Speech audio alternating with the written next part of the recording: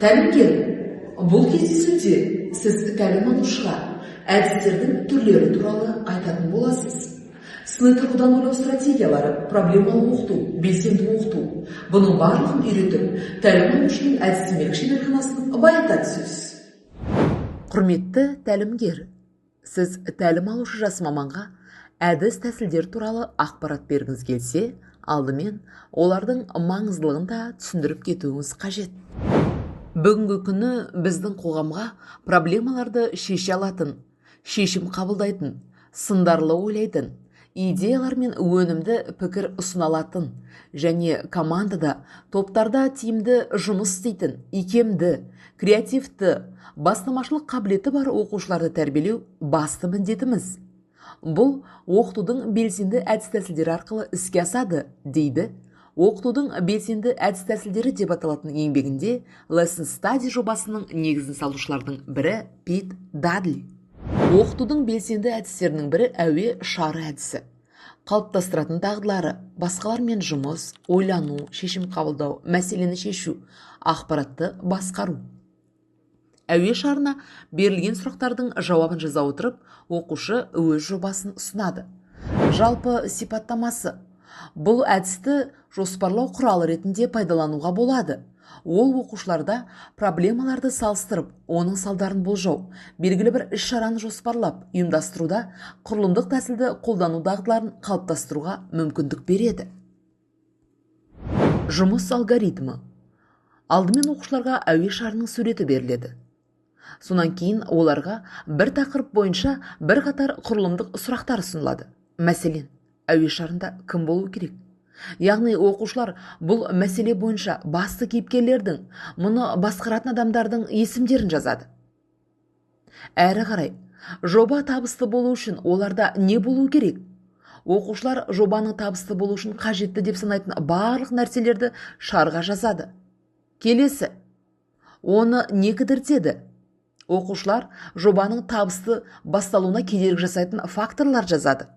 Онан соң, оған қатты жылдамдықпен ұшуға не көмектесе алады? Оқушылар әуе шарына тікелей қатысы жоқ, алайда жобаның алға жылжуына септігін тигізетін жұмысқа қабілеттілік, ынта және креативтілік сияқты факторларды белгілейді. Шарды бағытынан не шатастыра алады? Оқушылар шардың жоғарғы жағына, яғни жобаны орындау барысында туындауы мүмкін проблемаларды жазып кетеді. Сіздерге сын тұрғысынан ойлау стратегиялары да ұсынылады. Соның бірі пирамидалық талқылау стратегиясы. Пирамиданың бірінші деңгейінде индикаторлар ұсынылады. Және де оқушылар бұл тұста не болып жатыр, қандай тенденция, осы мәселе бойынша қандай бағыт ұсталуда, осы төңіректегі зерттеуінің жауаптарын жазып кетеді. Әрі қарай, пирамиданың екінші деңгейі бұл жүйе. Яғни, бұл жүйе, осы мәселеге қатысты жүйе неге болып жатыр, бұл неге алып келеді, өзінің болжамын білдіреді. Одан кейін, келесі үшінші деңгей инновация. Қандай өзгерістер тұтас жүйе үшін ең тиімді болар еді? Қандай инновация жаңа идея болып есептеледі? Яғни, осы тұста оқушылар осы сұрақтарға жауап береді. Келесі стратегия. Ұсынылған өзгерістерге қалай жетеміз? Осы сұрақ төңірегінде оқушылар өз жауаптарын талқылайды және де жазып кетеді. Ең соңғысы бұл келісу және әрекет. Яғни басқа топтардың ұсыныстарымен келіседі немесе келіспейтінін айтып түсіндіріп кетеді.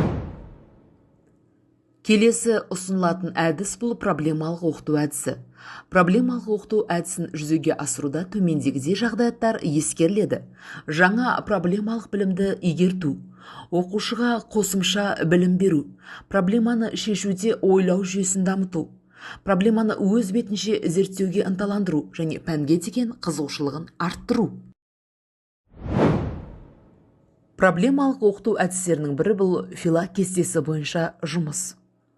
Бұл жұмыс 4 бөліктен тұрады. Деректер. Мұнда мәтін бойынша мәселеден алынған мағлұматтар түсіріледі. Одан кейін идеялар. Осы мәселенің туындау себебі, болжамы түсіріледі. Онан соң проблемалық оқыту, яғни осы мәселеге қатысты тиісті зерттеуші сұрақты соның кестенің ішіне қойып шығады. Одан кейін іс-әрекет жоспары, яғни дерек бағанасындағы түсіндіруді қажет ететін ақпараттардан туындайды. Сонымен бірге осы зерттеу сұрағына жауап беруде, зерттеу сұрағының шешімін табуда өз жоспарын ұсынады.